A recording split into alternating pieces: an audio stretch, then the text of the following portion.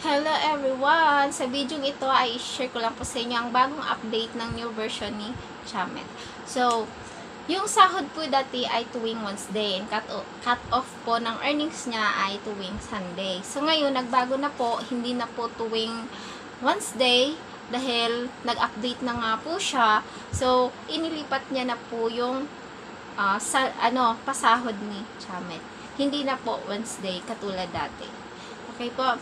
So, ang cut off po ng earnings ay tuwing Sunday ng before 1 p.m. or 12 midnight po ang cut off ng earnings na ni Chamet. So, dapat bago mag alas 12 ng gabi ay nabuo nyo na po yung 100,000 beans, which is, ang convert niya is in $10, no?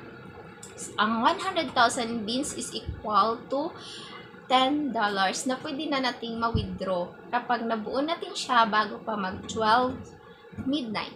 Okay? And then, ang transfer niyo po sa wallet dati is Wednesday ng gabi, umaga hanggang gabi po tayo mag-aantay basta't mai-transfer niya sa wallet. Ngayon, hindi na po Wednesday.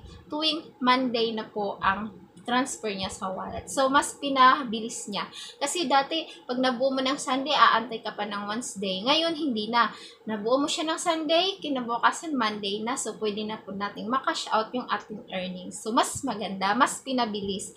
Hindi katulad dati na matagal yung pag-aantay natin sa ating earnings. Diba? So, katulad po yung sinasabi ko, kapag kailangan nyo po ng agency, huwag pong kalimutang mag-comment dyan sa comment section para magkaroon po kayo ng agency, no? And i-message nyo lang po ako, ilalagay ko po yung link ng messenger ko dyan sa my description box para ma-message nyo po ako anytime pag kailangan nyo ng agency. Kasi bibigyan ko po kayo ng mabait na agency and very approachable po siya. Every time na may kayo is sasagot ka agad siya. Okay po, basta hindi lang siya busy. So, yun lamang po. Maraming salamat sa panonood and God bless!